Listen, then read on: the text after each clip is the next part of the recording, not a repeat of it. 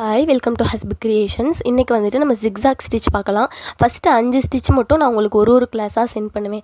அதுக்கப்புறமா மொத்தமாக 10 ஸ்டிச்சாக உங்களுக்கு நான் சென்ட் பண்ணுவேன்.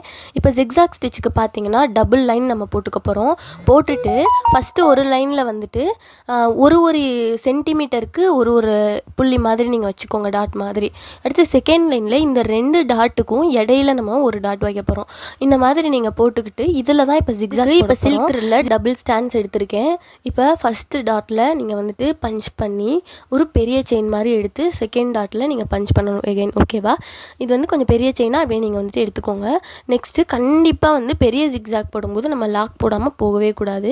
திருப்பி வந்துட்டு அதுக்கு ஆப்போசிட்டில் இருக்கிற டாட்டில் வந்து நீங்கள் பஞ்ச் பண்ணி ஒரு லாக் போடணும். லாக் அப்படின்னா உங்களுக்கு ஆல்ரெடி நான் சொல்லியிருக்கேன், சின்ன செயினாக போடுறதுக்கு பேர் தான் லாக். எதுக்கு நம்ம லாக் போடுறோம் அப்படின்னா, நம்ம போட்டிருக்கிற மெயின் ஸ்டிச்சு வந்து நம்மளுக்கு நகர்ந்துடும், அப்புறம் நம்மளோட லுக்கே வந்துட்டு மாறிடும். அதுக்காண்டி தான் நம்ம வந்துட்டு லாக் ஸ்டிச் வந்துட்டு போடுறோம். லாக் ஸ்டிச் அப்படின்னா குட்டியாக ஒரு செயின் போட்டு முன்னாடி இருக்கிற ஸ்டிச்சை வந்து லாக் பண்ண போகிறோம்.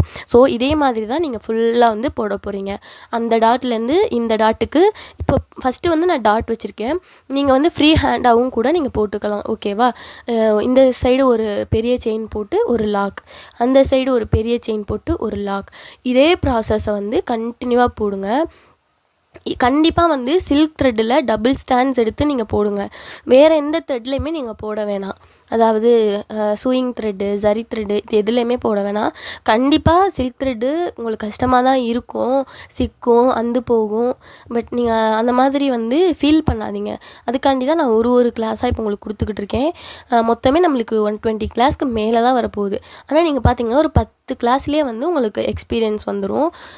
ஸோ இதை வந்து கண்டினியூ பண்ணி ஃபுல்லாக போட்டு முடிக்க போகிறீங்க.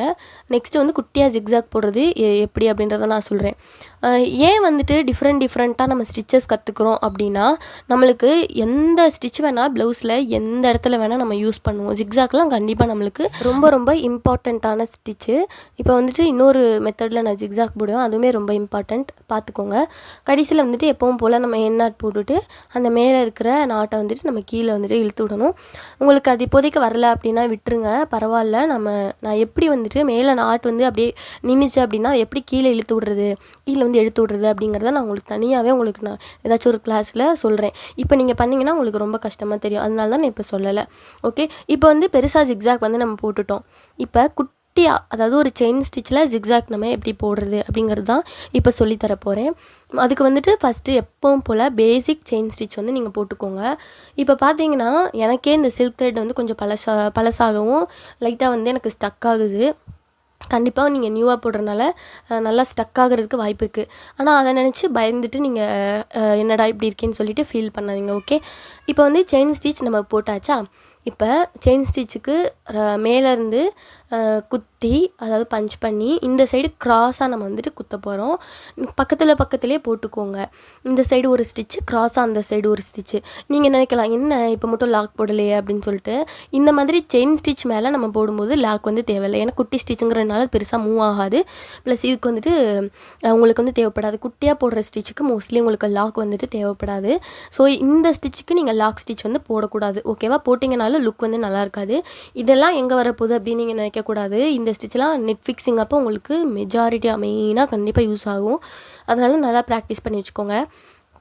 இப்போ நீங்கள் என்ன பண்ணணும் அப்படின்னா, கார்பன் ட்ரேசிங் நான் உங்களுக்கு சொல்லி கொடுத்துருப்பேன். ஏதாச்சும் ஒரு ஃப்ளவரோ ஏதாச்சும் ஒன்று எடுத்துக்கிட்டு நீங்கள் இந்த குட்டி ஜிக்ஸாக் ஸ்டிச் இருக்குது பார்த்தீங்களா, அந்த மெத்தடில் நீங்கள் ஒரு டிசைன் வந்துட்டு போட போகிறீங்க. சின்னதாக போட்டால் கூட ஓகே தான், சில்க் த்ரெட்டில் போடுங்க.